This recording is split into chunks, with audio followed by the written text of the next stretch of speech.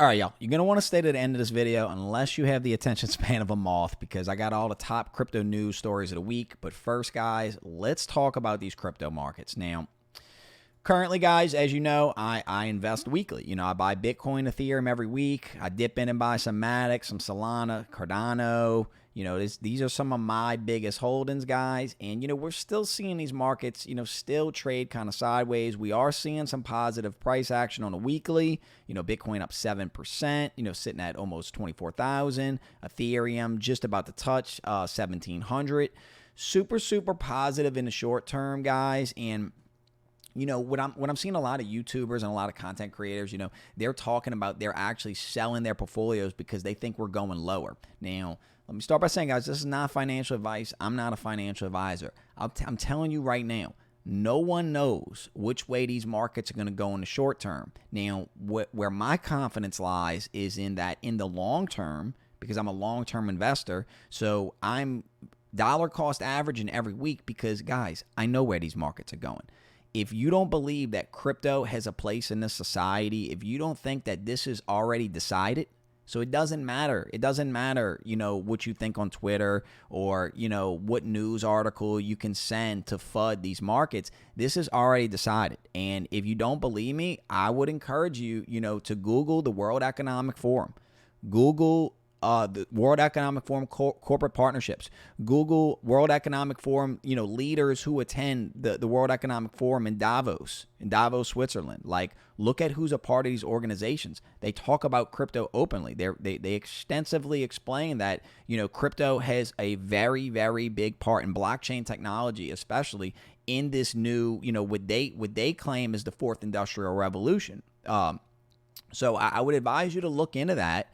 If you have skepticism in these markets, or if you really don't believe that this is the new society, the new system is being built right now. We are at the very beginning of a tech revolution. So I'm you know, again, guys, you know, I have my own conviction. You know, you need to have yours, and if you're investing in anything, you should really understand it.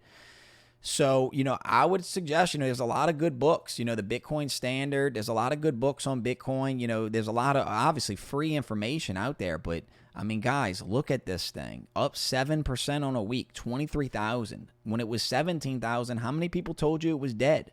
You know, Ethereum up 11%, sitting at almost 1,700. How many people told you it was dead? Like, these markets are going places, and look, I'll show you. Look at here, guys. Cathy Woods, Ethereum will reach $20 trillion market cap by 2030. So this is what it says in the article, guys. The second largest cryptocurrency, according to ARK Invest, will meet or surpass a $20 trillion market cap by 2030. Each coin will be priced at around 170,000 to 180,000 based on its current price of about 2,400.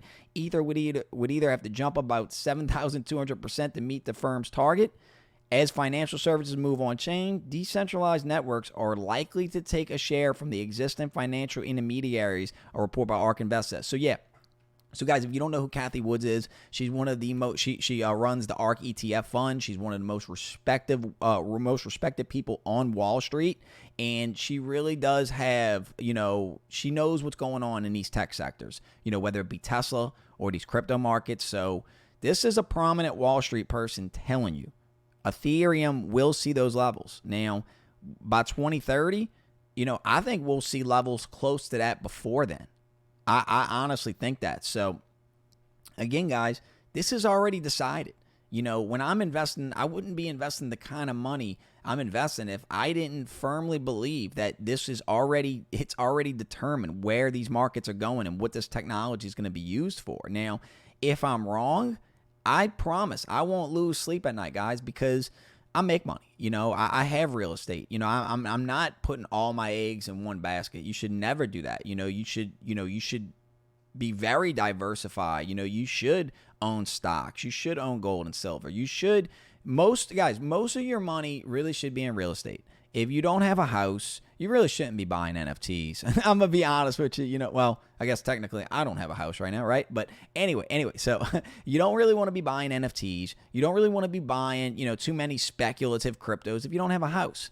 guys, you buy your house, and that's really your first step to creating generational wealth. Because think about it. If you buy a house in a good neighborhood, in an area that's appreciating, that house could stay in your family forever. So your grandkids, could live in a house that's paid off. And imagine not having a house note, having all that extra money to invest in a business or invest in a market or invest in another house. So really, guys, I love these crypto markets, but I have more money in real estate than I do the crypto markets. Now, it's getting kind of close, right? But that's just because I think, generational wealth is created in whether it's real estate, stocks, or crypto. You got to be exposed to all these asset classes if you want to have, money. And guys, I don't have the money I want to have yet, but I'm on that journey, and I'm setting up future Kevin, hopefully making all the right decisions. But I go with my gut a lot of times, But and again, guys, let me show you this article. First Charles Schwab crypto ETF set to launch next week. Charles Schwab's first crypto fund has lower expense ratio than similar products issued by BlackRock and Fidelity. Guys, Charles Schwab's CEO, Walt Bennington, calls cryptocurrencies hard to ignore in January. Do you understand what Charles Schwab is? One of the largest financial institutions in the country, in the world, is telling you they're getting into this. So they know this is the future system, guys. They're the ones creating it. They're approving it. So this is our chance, guys. To me, this is the last chance, the little guy will have to really, this is like I look at these crypto markets as a once in a lifetime opportunity. Now, some people might compare it to the gold rush before where, it was a bunch of speculation and everybody went broke or whatever. But I don't know, guys.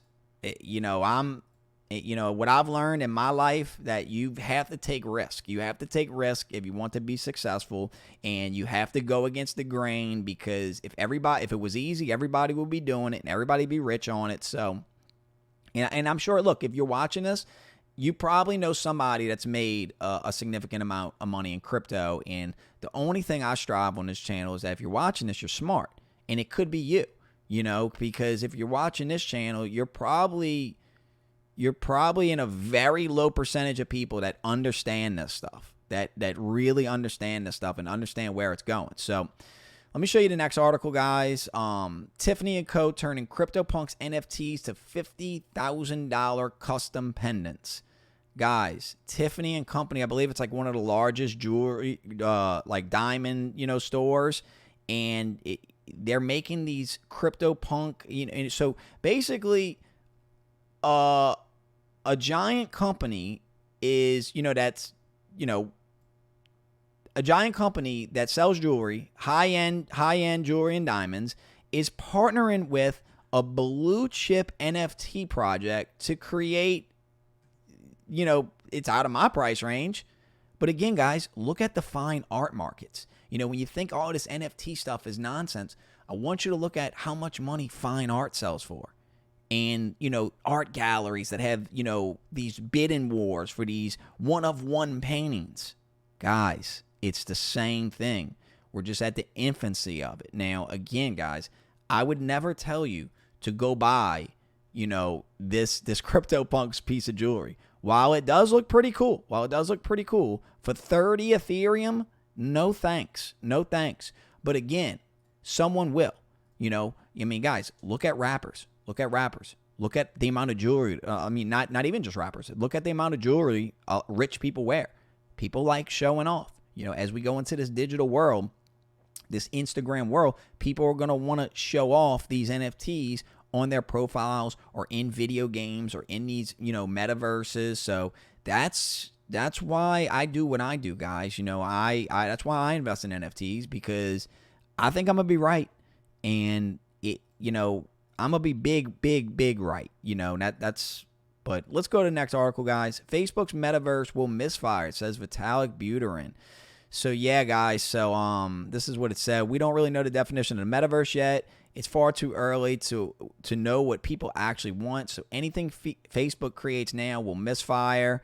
Here's another article, guys, talking about it. Vitalik Buterin has said that corporations like Facebook's Meta are trying to build a metaverse. They will be unsuccessful in their endeavors. And, you know, what people are saying, guys, is we don't really know what the metaverse is going to be. And what I'm trying to tell y'all right now is the metaverse already exists.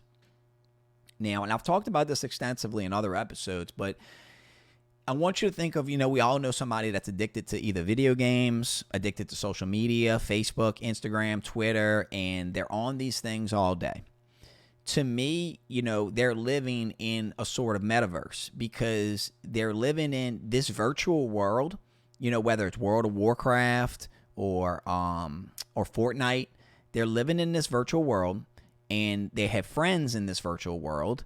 And, you know, some of these games have economies, and that these people are spending more time and they basically care more about their avatar in this virtual world than they do in the real world. So, you know, if you've seen Ready Player One, I highly suggest watching that movie because I think that's what we're watching in real time. And I think that going forward, more people will enter this metaverse, the more fun it gets and the more realistic it gets. Now, me, guys, no, I'm not entering. I'm not, you know, I'm not saying I'll never step foot in it, but I don't want to spend more time in a metaverse than I do in the real world. Like, I love nature. I love going outside. I love kayaking. I love hiking. I love fishing. I love camping. You know, that's stuff that appeals to me. But, you know, at the same time, I understand there's people that aren't into that stuff and they love video games and they love, you know, they don't want to hang out with their friends outside. And that's okay too. You know, we have free will. We have free will to opt into that system if you want. Anyway.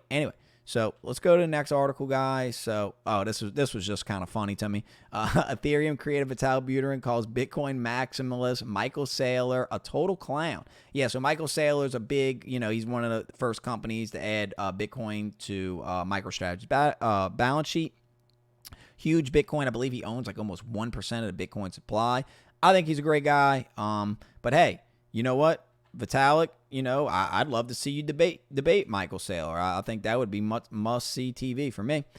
All right, another huge article, guys. And if you made this far in the video, please, thank you so much. You know, definitely drop me a rocket ship emoji in the comments. Guys, check out this article, though. U.S. CHIPS bill creates a blockchain and crypto specialist position. The specialist will be responsible for advising the president on matters relating to blockchain and crypto. Again, guys, you think they doing stuff like this and this industry's going away and this is done and Bitcoin's going to zero and Ethereum's going to zero and crypto's dead. You think that they're creating these positions that are reporting directly to the president? Guys, I'm telling you, this is already done. It's already settled. You're tripping over short-term price volatility because you have no idea how markets work. Once you understand how markets work, then you'll understand that what the price of an asset is does not equate to its value, meaning that one Ethereum in my world is worth a lot more than, the 1700, whatever it's for now. You have to understand that because of the value. It's kind of like when someone buys real estate, if you look at, how much real estate appreciates, say like in Southern California. And when someone bought that real estate, somebody probably told them they overpaid. Well, fast forward 5 to 10 years, that real estate appreciated because that person knew the value of the area. You see what I'm saying? So people get confused, with an asset being down. It's just how markets work. Understand that, these hedge funds, they make money shorting these markets too, guys. They don't make money just buying and selling. They short these markets and make money and are able to get these assets at even lower cost bases. So learn how markets work and you won't get so stressed out when it gets crazy like it is now. But I'm not saying we're not in unprecedented times. So we're definitely in unprecedented times. Last story, guys. I've talked about this before, but it's really important to note, guys. Solana opens its flagship Solana Spaces store in Manhattan. I mean, guys, this is in Manhattan. What they describe it as is kind of like an Apple store. They got, look, guys, it's packed. It's packed. NFTs all over the wall. Now, look, guys, I'm not a Solana maxi.